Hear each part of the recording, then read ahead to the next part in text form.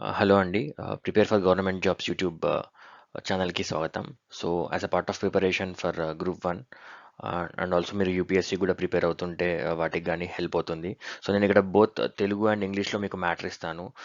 So, నేను ఇప్పటి నుంచి ఏమనుకుంటున్నానంటే స్కీమ్స్ కానీ, అలాగే డైలీ న్యూస్ కానీ, ఇంపార్టెంట్ థింగ్స్ కానీ ఏమన్నా ఉంటే ఇలా మీకు స్లైడ్స్‌లో ప్రిపేర్ చేసి ప్రజెంట్ చేస్తాను. సో, ఇవాళ as a part of that నేను అమృత్ భారత్ స్టేషన్ పథకం ఏఎంబీఎస్ గురించి చెప్తాను మీకు.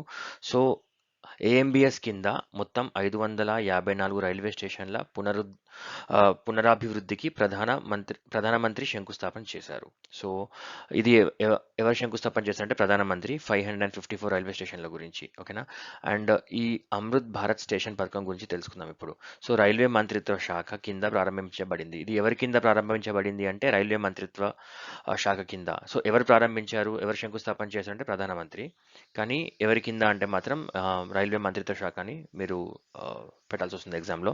అండ్ ఇది భారతీయ రైల్వే నెట్వర్క్ అంతటా రైల్వే స్టేషన్లను మెరుగుపరచడం మరియు ఆధునీకరించడం లక్ష్యంగా పెట్టుకుంది. So, improvement of railway stations గురించి అండి ఇది.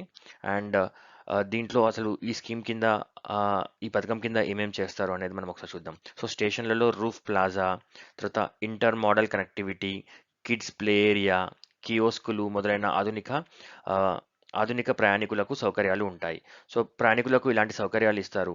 సో, మీకు తెలుసు మామూలుగా రూఫ్ ప్లాజా అంటే అండ్ ఆల్సో మనం ఇక్కడ కూర్చొని కాఫీ అవి ఇవి డ్రింక్ చేయడానికి గానీ, తినడానికి గానీ యూజ్ అయ్యేటివి. And also kids play areas పిల్లల కోసం కిడ్స్ ప్లే ఏరియాస్ గానీ, తర్వాత కియోస్క్ అంటే మీరిక్కడ ఇమేజ్‌లో చూస్తే మీకు తెలుస్తుంది.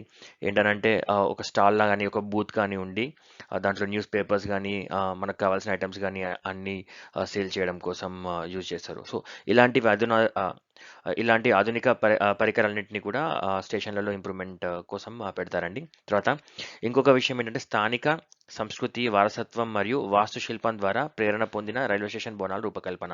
అంటే ఫర్ ఎగ్జాంపుల్ మన దగ్గర లైవ్ ఎగ్జాంపుల్ తీసుకుంటే వరంగల్. సో, వరంగల్‌లో కాకతీయ మోడల్స్ ఎక్కువుంటాయి. సో, ఆ వాస్తుశిల్పం సంబంధించిన మోడల్స్ గాని, ఏ రైల్వే స్టేషన్‌కెళ్తే ఆ రైల్వే స్టేషన్‌లో ఆ చుట్టుపక్కల ఉన్న ఫేమస్ ఆహ్, వాస్తుశిల్పాల గురించి గానీ, లేకపోతే అక్కడ ఉన్న ఏరియాస్ గురించి గానీ, వాటి గురించి గానీ, సో, వాటి మోడల్‌లో తయారు చేసి సో దట్ ఇలా గూడా ఏరియాని గూడా ప్రమోట్ చేసినట్టు అవుతుంది. అండ్ ఆల్సో ఇది 2 వైపులా చుట్టుపక్కల నగర ప్రాంతాలతో స్టేషన్‌లను ఏకీకృతం చేయడము. తర్వాత వైకల్యాలున్న వ్యక్తులకు సౌకర్యాలను అందించడము. పర్యావరణ అనుకూల పరిష్కారాలను అమలు చేయడము మొదలైన వాటిని నొక్కి చెబుతుంది.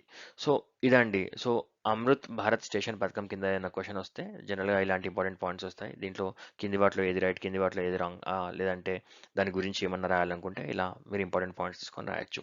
సో, మళ్ళీ ఒకసారి చూస్తే 544 రైల్వే స్టేషన్స్ ప్రధానమంత్రి శంకుస్థాపన చేశారు. రైల్వే మంత్రిత్వ శాఖ కింద ప్రారంభింపబడింది.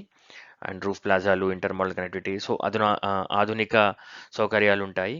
అండ్ సాంస్కృతిక వారసత్వ మరియు వాస్తుశిల్పం ద్వారా ఇది ఉంటుంది. స్టేషన్‌ని బిల్డ్ చేయడం ఉంటుంది. అండ్ ఆల్సో వైకల్యాలున్న వ్యక్తులకు గాని, సౌకర్యాలు అందించడం గాని, తర్వాత పర్యావరణ అనుకూల పరిష్కారాలను అమలు చేయడం మొదలైన వాటిని దీంట్లో ఇంప్రూవ్‌మెంట్ చేస్తారండి. థాంక్ యూ అండి. అండ్ ఆల్సో ఇంకొక విషయం చెప్దాం అనుకుంటున్నాను. నేను ప్రతిదానికి ఒక క్వెషన్ అండ్ ఆన్సర్ లాగా 20 సెకండ్స్, 30 సెకండ్స్ షార్ట్స్ కూడా చేసి పెడుతున్నాను. సో, మీకు టైం ఉన్నప్పుడు మీరు దాన్ని పుష్ చేస్తూ చూసుకోండి క్వెషన్ అండ్ ఆన్సర్స్. సో, 30 సెకండ్స్‌లో మీరు ఎగ్జామ్‌లో ఎలాగైతే టైమర్ పెడతారో అలాగే. సో, టైమర్ కింద రన్ అవుతుంది. మీరు ఆన్సర్ కావాలంటే టైప్ చేసుకోండి. లాస్ట్‌లో ఆన్సర్ కూడా దొరుకుతుంది. Thank you.